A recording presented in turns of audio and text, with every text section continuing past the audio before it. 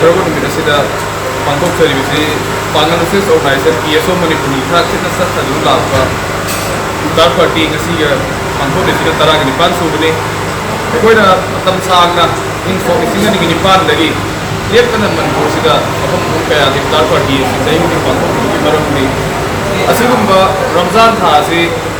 tha taran bagi manuga kwaidagi hena singi tha kwangi aina Islam dharma satyo isin lomdaribani amsum asigumba tha sida koi numit chuppa nungil gi numit si sara hela kanda numidang wayam mamsil akanda sak sa ya ni sa ta pe ya ni tanda la e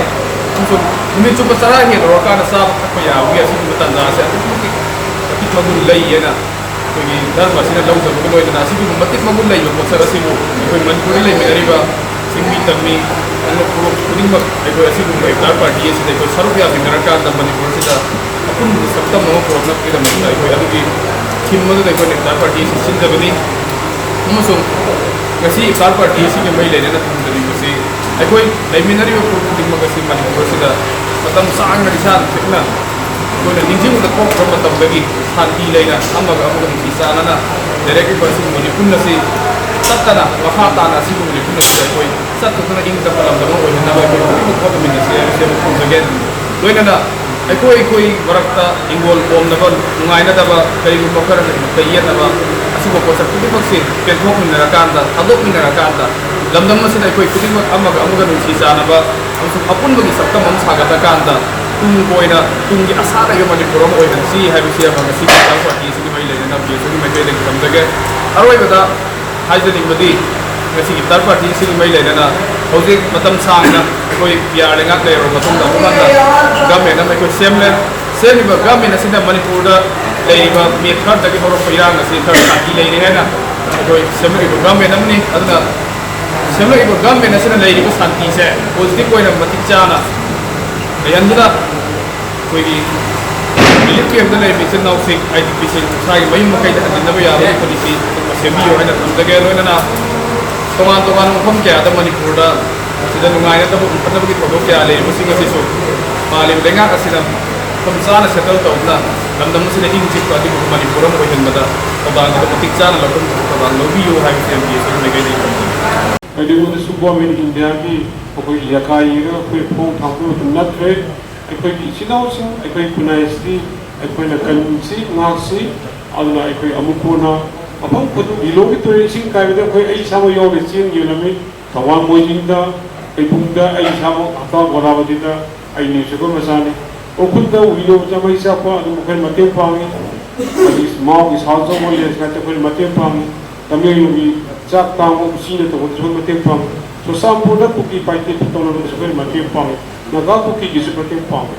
jati wana ko su mana da su ko matem pangi masih maksud ai pa na irang asik lo sudah orang nak sebut dari lo lina, aku kau pilih mungkin bersih waris hana bolehte, aduna aku dah Manipur dah bolsu, Guwahati dah bolsu, Delhi dah bolsu, aduna santi asi yang pun hanjela kanda, tang dulu itu apa, orang mana bersih aku sebut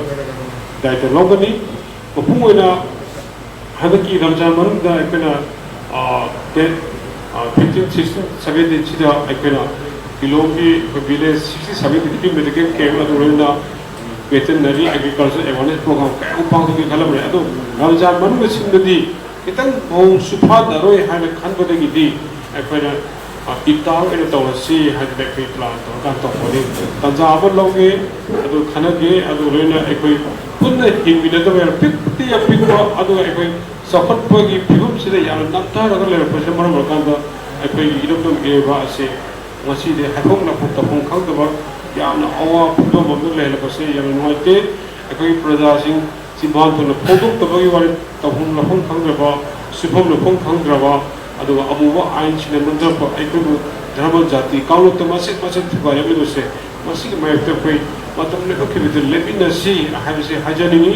adu na ai gi simban tong da phajaba do na to ai wakhal da phajaba ma matam ta bani khali simban tong da achum ba si chumi ma jo payega ayat ki khabon da thona ni phajaba to ro ni akoi kuna ji chung de ko ma ro wa ga ni khali adu na le bidai be akoi se matam ni batu ni da pokoli la pa ni dharma jati khena ba mahum da khena da mahum da ꯅꯣꯡꯃꯗꯤ ꯁꯣꯏꯗꯅ ꯍꯟꯈꯤꯒꯅꯤ ꯑꯃꯔꯣꯝ ꯑꯗꯨꯅ ꯍꯤꯡꯂꯤꯕ ꯄꯨꯟꯁꯤ ꯃꯇꯤꯛꯇꯤ ꯏꯔꯝꯗ ꯎꯠꯂꯤꯕ ꯏꯖꯥꯇꯤ ꯃꯤꯑꯣꯏꯕ ꯈꯨꯟꯅꯥꯏꯒꯤꯗꯃꯛꯇ ꯀꯠꯊꯣꯛꯄꯤꯅꯁꯤ ꯍꯣꯠꯅꯕꯤꯅꯁꯤ ꯈꯨꯟꯅꯥꯏ ꯑꯁꯤꯕꯨ ꯑꯆꯨꯝꯕ ꯃꯥꯏꯌꯣꯟ ꯑꯃꯗ ꯑꯩꯈꯣꯏꯒꯤ ꯃꯅꯤꯡ ꯇꯝꯕ ꯑꯗꯨꯒꯨꯝꯕ ꯑꯩꯈꯣꯏꯒꯤ ꯀꯅꯥꯒꯤꯁꯨ ꯃꯤꯈꯥ ꯄꯣꯟꯗꯕ ꯂꯩꯕꯥꯛ ꯑꯃ ꯑꯣꯏꯅꯕ ꯑꯆꯧꯕ ꯗꯥꯏꯇ ꯂꯧꯃꯤꯟꯅꯁꯤ ꯅꯠꯇ꯭ꯔꯒꯗꯤ ꯀꯥꯟꯅꯗꯕ ꯋꯥꯍꯟꯊꯣꯛ ꯂꯩꯇ꯭ꯔꯕ ꯈꯨꯟꯅꯥꯏ ꯑꯃꯗ ꯁꯨꯝ ꯂꯩꯕꯁꯦ ꯑꯅꯧꯕ ꯑꯣꯏꯔꯛꯂꯣꯏ ꯃꯈꯥ ꯇꯥꯅ ꯅꯝꯊꯔꯛꯀꯅ ꯇꯧꯁꯤꯜꯂꯛꯀꯅꯤ ꯉꯁꯤ ꯍꯤꯡꯕꯒꯤ ꯃꯔꯩ ꯃꯍꯥꯎ ꯌꯥꯎꯗ꯭ꯔꯦ ꯑꯩꯈꯣꯏꯒꯤ ꯄꯨꯟꯁꯤ ꯃꯔꯩ ꯑꯁꯨꯛꯀꯤ ꯃꯇꯤꯛ ꯋꯥꯍꯜꯂꯦ ꯑꯍꯨꯝ ꯂꯥꯐꯝ ꯈꯪꯗ꯭ꯔꯦ ꯑꯩꯈꯣꯏ ꯃꯁꯦꯟꯒꯤ ꯃꯔꯛꯇ ꯈꯨꯠꯁꯦꯝꯒꯤ ꯑꯣꯏꯕ ꯂꯥꯟ ꯀꯌꯥ ꯁꯤꯖꯤꯟꯅ